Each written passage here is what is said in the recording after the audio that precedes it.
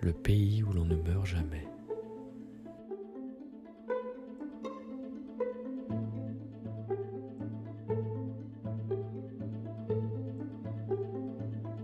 Ce que tu aimes, cherche-le. Ce que tu n'aimes pas, envoie-le chercher.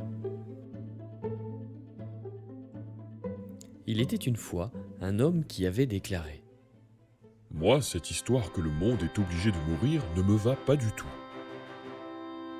Je vais partir en quête du pays où l'on ne meurt jamais.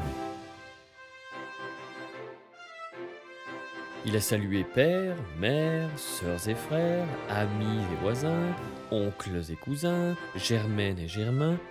Et hop là! Il a mis les sentiers sous ses pas.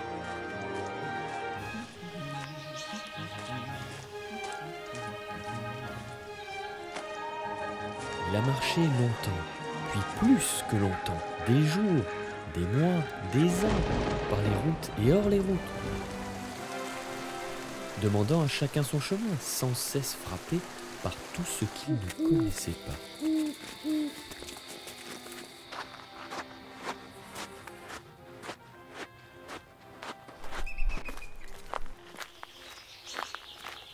Un matin, il est tombé sur un vieil homme portant une longue barbe blanche qui lui descendait jusqu'au nombril, et qui, dans une chaise longue, doigts de pied en éventail, contemplait une chaîne de montagnes géantes et magnifiques qui perçaient les nuages. Il lui a demandé: Brave homme, pourriez-vous m'apprendre où se trouve le pays où l'on ne meurt jamais? Tu ne veux pas mourir? Ah, ça non! Tu n'as qu'à rester avec moi. Ici, on n'est pas près de mourir, c'est moi qui te le dis. En êtes-vous certain? Viens, je t'explique. L'homme s'est assis près du vieillard, quand soudain, un petit serin, pas plus gros que le poing d'un bambin, est venu cueillir dans son bec une menue poussière de l'immense massif montagneux et l'a emporté au loin. Vois-tu, l'ami, tant que cet oiseau n'aura pas débarrassé, un à un, tous les grains de pierre de ses sommets, on ne mourra point. Et dans combien de temps aura-t-il fini? Bah, pas avant une éternité de temps. Ah, mais ça ne me va pas du tout, car ensuite, il faudra que je meure. Bien sûr. Non, vous irez au trépas sans moi. Moi, je cherche le pays où l'on ne meurt pas. Il a salué le vieil homme et a repris la route.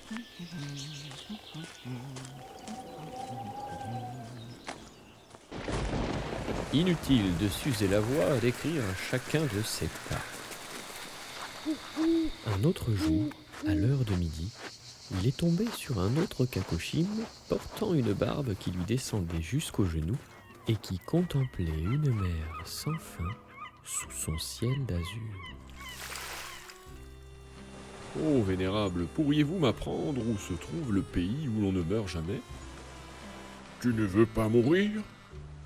Ah, ça non! Tu n'as qu'à rester avec moi.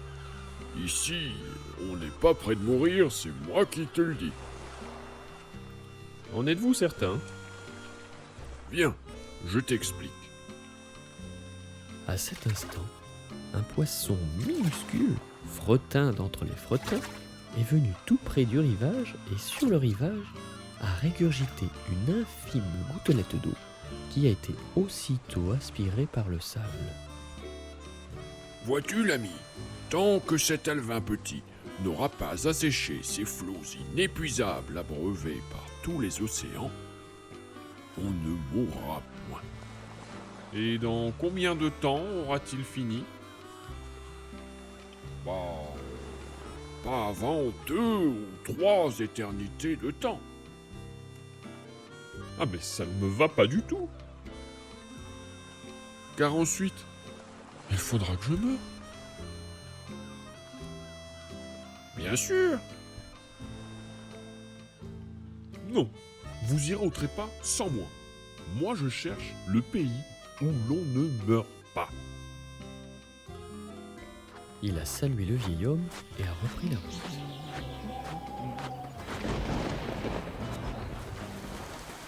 Faisons-la encore plus courte, car on aura compris sans doute.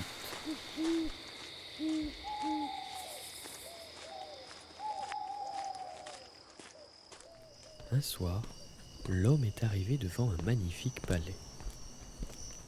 Il a actionné le heurtoir du portail et un vieux de vieux portant une barbe qui lui descendait jusqu'aux semelles est venu lui ouvrir. Oh, l'auguste sacrement. Pourriez-vous m'apprendre où se trouve le pays où l'on ne meurt jamais? C'est ici. Tu peux entrer.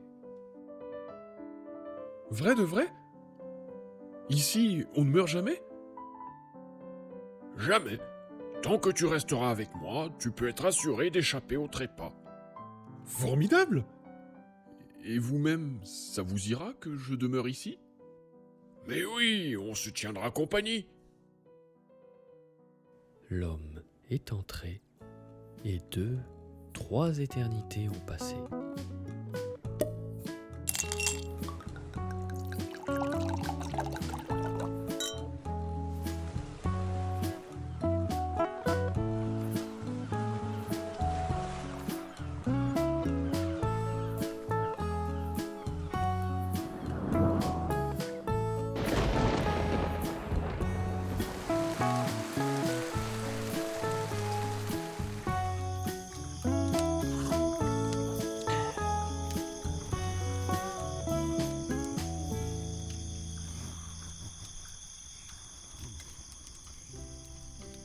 Seulement, au bout de tout ce temps, à force de se tourner les pouces, l'homme a dit: Saperlipopette, j'irais bien faire un tour, voir un peu mes parents. Qu'est-ce que tu racontes? Ils sont morts à présent. J'imagine, mais il se pourrait que je tombe sur les enfants des enfants de nos enfants. Et puis j'aurai l'occasion de jeter un petit coup d'œil au pays. Bien, si tu y tiens, va à l'écurie. Tu y trouveras un cheval blanc qui court comme le vent. Avec lui, tu seras vite rendu. Mais souviens-toi de ne mettre pied à terre à aucun prix, ni aucun prétexte. Sinon, tu retourneras à la poussière. Sois sûr, je ne mettrai pas pied à terre. J'ai bien trop peur de mourir.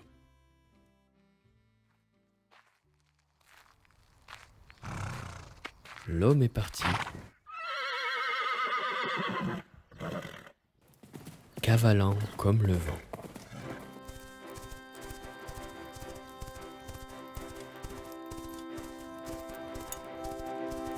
Il est repassé par l'endroit où il avait vu le vieillard avec sa barbe jusqu'aux genoux et le petit poisson vidant l'océan. Il n'y avait plus là à présent qu'un désert sans fin, avec devant un vague tas d'ossements, ceux du patriarche probablement. Vacherie, j'ai bien fait de ne pas m'arrêter là.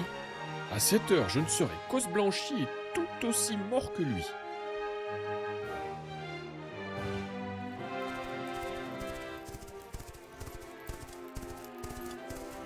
Cavalant encore, il est arrivé où se trouvait l'ancien avec sa barbe jusqu'au nombril et le serin becquetant les mots.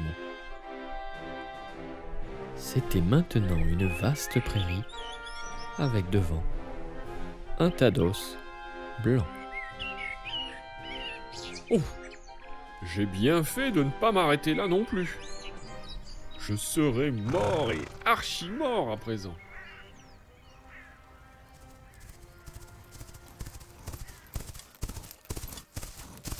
Enfin, l'homme a rejoint son pays.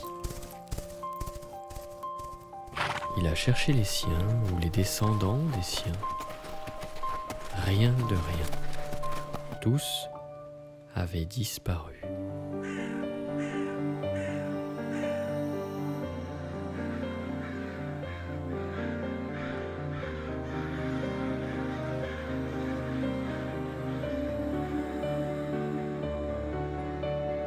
La maison n'existait plus. Il ne reconnaissait ni même la rue, ni le village, ni le canton, ni la région, ni le pays.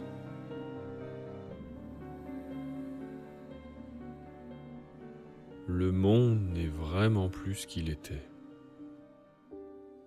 Désirant rentrer au palais, il a fait faire demi-tour à sa monture.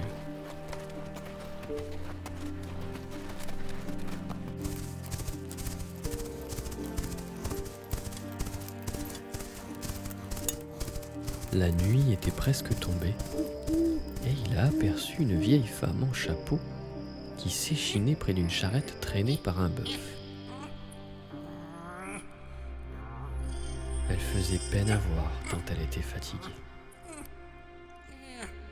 Sa carriole était toute emplie de vieilles chaussures, galoches, bottillons, sabots, escarpins, sandales, brodequins, godillots, pantoufles, mocassins, une montagne de godasses usées. La pauvrette peinait à extraire l'une de ses roues embourbées dans l'ornière du chemin. L'homme a regardé de droite à gauche et a posé pied à terre pour lui prêter main forte.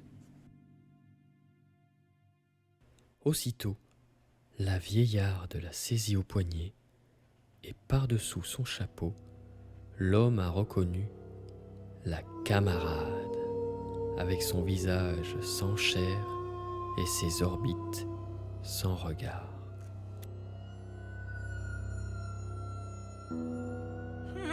J'en ai fait une trotte pour te trouver.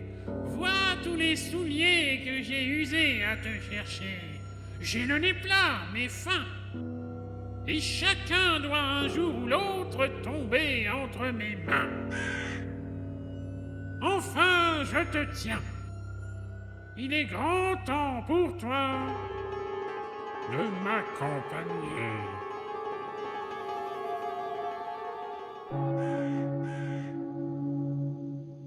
Ainsi, l'inéluctable séparatrice l'a emporté, et notre homme a bien été obligé de mourir comme tout le monde. Les sages passent leur vie à apprendre à mourir. Les simples épuisent la leur à tâcher d'en guérir. Puisse ce conte avoir l'heure de nous le dire et le redire jusqu'au dernier soupir.